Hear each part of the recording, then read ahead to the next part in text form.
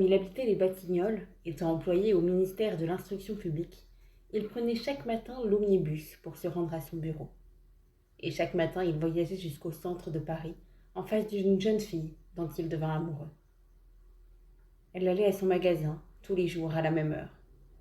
C'était une petite brunette, de ces brunes dont les yeux sont si noirs qu'ils ont l'air de taches, et dont le teint a des reflets d'ivoire. Il la voyait apparaître toujours au coin de la même rue, et elle se mettait à courir pour rattraper la lourde voiture. Elle courait d'un petit air pressé, souple et gracieux, et elle sautait sur le marchepied avant que les chevaux fussent tout à fait arrêtés. Puis elle pénétrait dans l'intérieur en soufflant un peu, et, s'étant assise, jetait un regard autour d'elle. La première fois qu'il la vit, François Tessier sentit que cette figure-là lui plaisait infiniment. On rencontre parfois de ces femmes qu'on a envie de serrer éperdument dans ses bras, tout de suite, sans les connaître.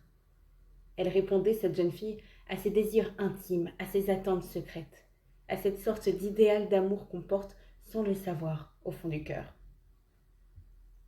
Il la regardait obstinément malgré lui. Gênée par cette contemplation, elle rougit. Il s'en aperçut et voulut détourner les yeux, mais il les ramenait à tout moment sur elle, quoiqu'il s'efforçât de les fixer ailleurs. Au bout de quelques jours, ils se connurent sans s'être parlé.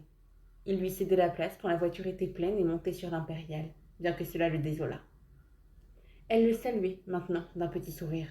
Et quoiqu'elle baissât toujours les yeux sur son regard qu'elle sentait trop vif, elle ne semblait plus fâchée d'être contemplée ainsi. Ils finirent par causer. Une sorte d'intimité rapide s'établit entre eux, une intimité d'une demi-heure par jour. Et c'était là, certes, la plus charmante demi-heure de sa vie à lui.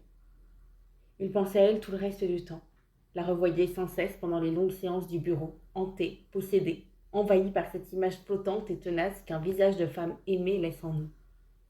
Il lui semblait que la possession entière de cette petite personne serait pour lui un bonheur fou, presque au-dessus des réalisations humaines. Chaque matin, maintenant, elle lui donnait une poignée de main, et il gardait jusqu'au soir la sensation de ce contact, le souvenir dans sa chair de la faible pression de ses petits doigts. Il lui semblait qu'il en avait conservé l'empreinte sur sa peau. Il attendait anxieusement pendant tout le reste du temps ce court voyage en omnibus, et les dimanches lui semblaient navrants. Elle aussi l'aimait, sans doute, car elle accepta un samedi de printemps d'aller déjeuner avec lui à Maison Lafitte le lendemain. Elle était la première à l'attendre à la gare. Il fut surpris, mais elle lui dit « Avant de partir, j'ai à vous parler. Nous avons 20 minutes, c'est plus qu'il ne faut. » Elle tremblait, appuyée à son bras, les yeux baissés et les joues pâles. Elle reprit « Il ne faut pas que vous vous trompiez sur moi. Je suis une honnête fille et je n'irai là-bas avec vous que si vous me promettez, si vous me jurez de ne rien faire qui ne soit pas convenable. » Elle était devenue soudain plus rouge qu'un coquelicot. Elle se tut. Il ne savait que répondre, heureux et désappointé en même temps. Au fond du cœur, il préférait peut-être que ce soit ainsi. Et pourtant, il s'était laissé bercer cette nuit par des rêves qui lui avaient mis le feu dans les veines. Il l'aimerait moins, assurément, s'il la savait de conduite légère. Mais alors ce serait si charmant, si délicieux pour lui. Et tous les calculs égoïstes des hommes en matière d'amour lui travaillaient l'esprit. Comme il ne disait rien, elle se remit à parler à voix émue, avec des larmes au coin des paupières. « Si vous ne me promettez pas de me respecter tout à fait, je m'en retourne à la maison. » Il lui serra le bras tendrement et répondit « Je vous le promets, vous ne ferez que ce que vous voudrez. » Elle parut soulagée et demanda en souriant « C'est bien vrai ça ?» Il la regarda au fond des yeux. « Je vous le jure. »« Prenons les billets, » dit-elle. Ils ne purent guère parler en route, le wagon étant au complet. Arrivés à Maison Lafitte, ils se dirigèrent vers la Seine. L'air tiède amollissait la chair et l'âme. Le soleil tombant en plein sur le fleuve, sur les feuilles et les gazons, jetait 1000 reflets de gaieté dans les corps et dans les esprits. Ils allaient, la main dans la main, le long de la berge, en regardant les petits poissons qui glissaient par troupes entre deux eaux. Ils allaient, inondés de bonheur, comme soulevés de terre dans une félicité éperdue. Elle dit enfin « Comme vous devez me trouver folle !» Il demanda « Pourquoi ça ?»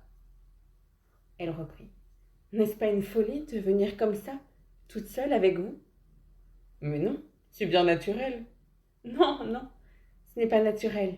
pour moi, parce que je ne veux pas fauter. Et c'est comme ça qu'on faute, cependant. Mais si vous saviez, c'est si triste, tous les jours, la même chose, tous les jours du mois et tous les mois de l'année. Je suis toute seule avec maman, et comme elle a eu bien des chagrins, elle n'est pas gaie. Moi, je fais comme je peux. Je tâche de rire quand même, mais je ne réussis pas toujours. C'est égal, c'est mal d'être venu. Vous ne m'en voudrez pas, au moins. Pour répondre, il l'embrassa vivement dans l'oreille.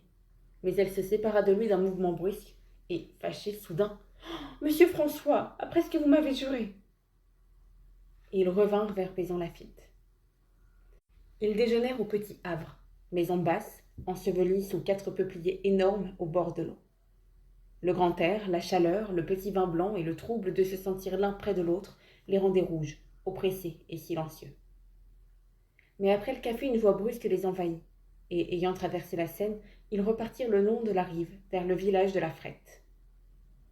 Tout à coup, il demanda « Comment vous appelez-vous » « Louise. » Il répéta « Louise. » Et il ne dit plus rien.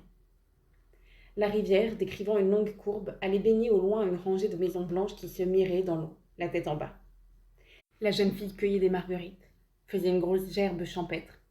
Et lui, il chantait à pleine bouche, gris comme un jeune cheval qu'on vient de mettre à l'herbe. À leur gauche, un coteau planté de vignes suivait la rivière. Mais François soudain s'arrêta, et demeurant immobile d'étonnement, « Oh, regardez !» dit-il. Les vignes avaient cessé, et toute la côte maintenant était couverte de lilas en fleurs. C'était un bois violet, une sorte de grand tapis étendu sur la terre, allant jusqu'au village, là-bas, à 2 ou 3 kilomètres. Elle restait aussi saisie, émue. Elle murmura « Oh, que c'est joli !» Et, traversant un champ, ils allèrent en courant vers cette étrange colline qui fournit chaque année tous les lilas traînés à travers Paris, dans les petites voitures des marchandes ambulantes. Un étroit sentier se perdit sous les arbustes. Ils le prirent, et ayant rencontré une petite clairière, ils s'assirent. Des légions de mouches bourdonnaient au-dessus d'eux, jetaient dans l'air un ronflement doux et continu. Et le soleil, le grand soleil d'un jour sans brise, s'abattait sur le long coteau épanoui, faisait sortir de ce bois de bouquet un arôme puissant, un immense souffle de parfum, cette sueur des fleurs. Une cloche d'église sonnait au loin.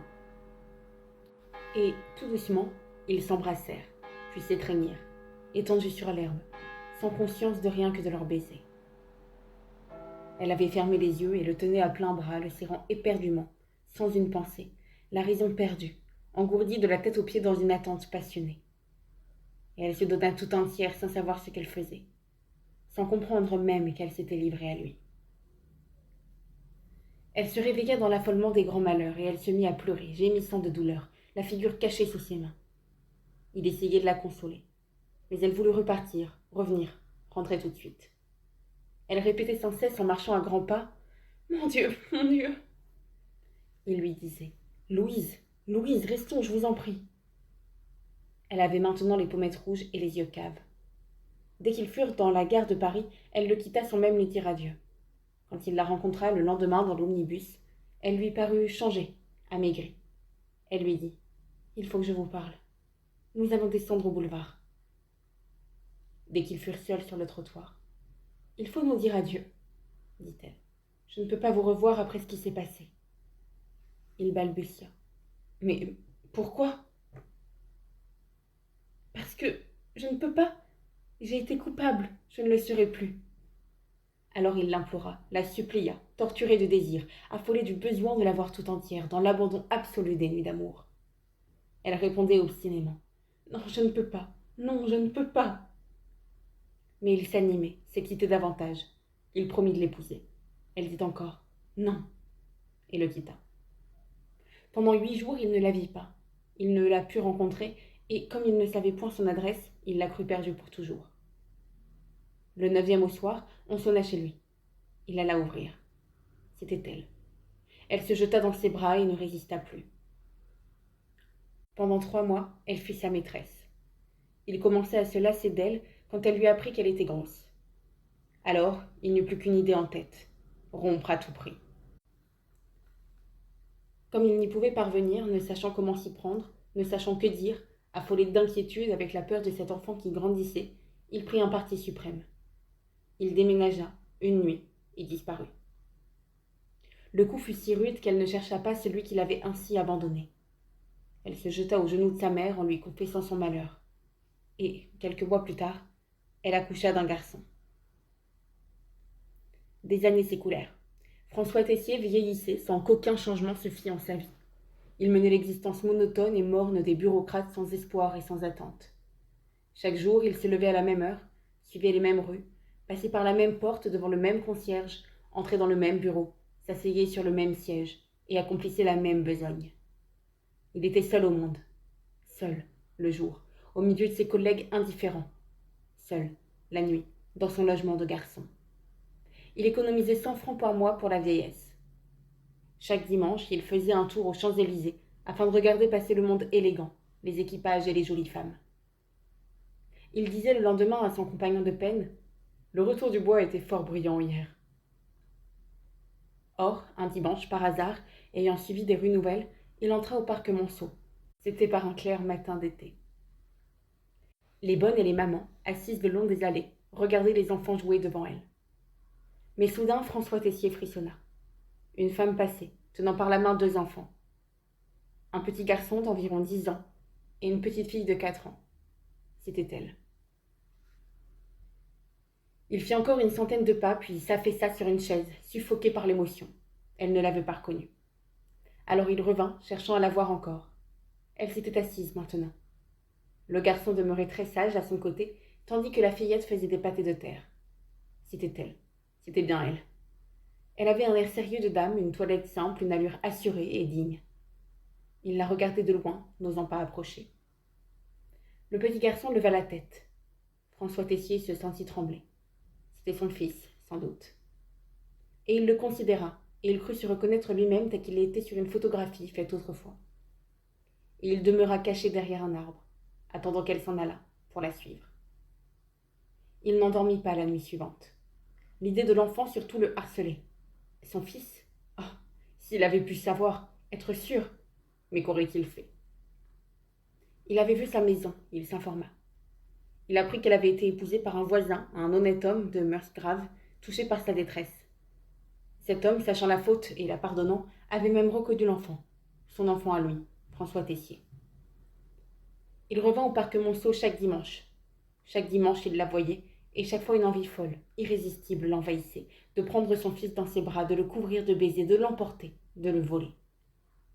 Il souffrait affreusement dans son isolement misérable de vieux garçon sans affection. Il souffrait une torture atroce, déchiré par une tendresse paternelle faite de remords, d'envie, de jalousie, et de ce besoin d'aimer ces petits que la nature a mis aux entrailles des êtres. Il voulut enfin faire une tentative désespérée. Et, s'approchant d'elle, un jour, comme elle entrait au parc, il lui dit, planté au milieu du chemin, livide, les lèvres secouées de frissons, « Vous ne me reconnaissez pas ?» Elle leva les yeux, le regarda, poussa un cri d'effroi, un cri d'horreur, et saisissant par les mains ses 2 enfants, elle s'enfuit en les traînant derrière elle.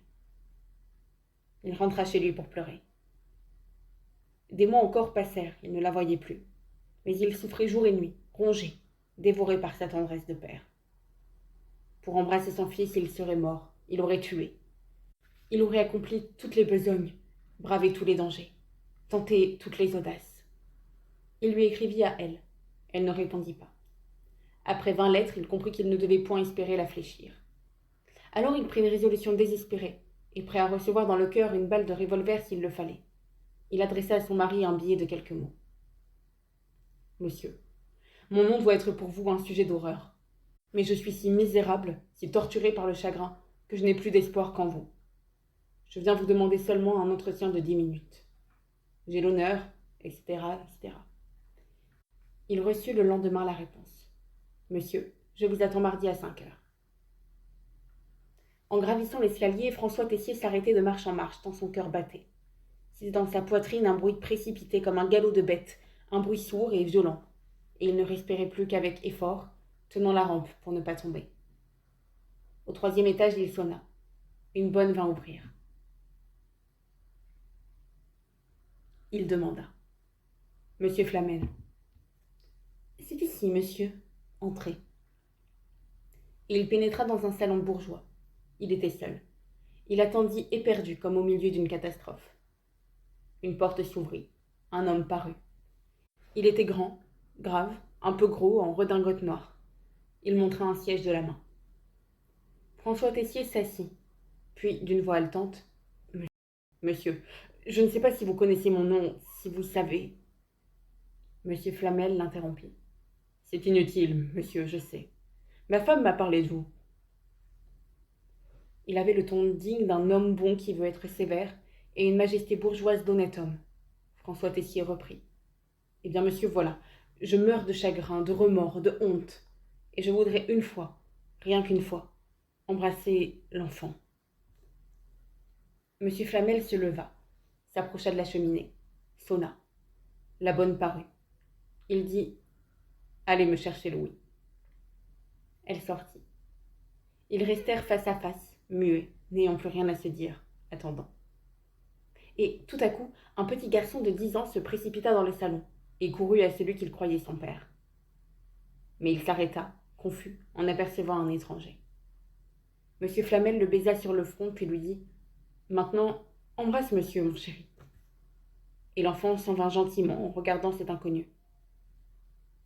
François Tessier s'était levé. Il laissa tomber son chapeau, prêt à choir lui-même, et il contemplait son fils. Monsieur Flamel, par délicatesse, s'était détourné, et il regardait par la fenêtre dans la rue. L'enfant attendait, tout surpris.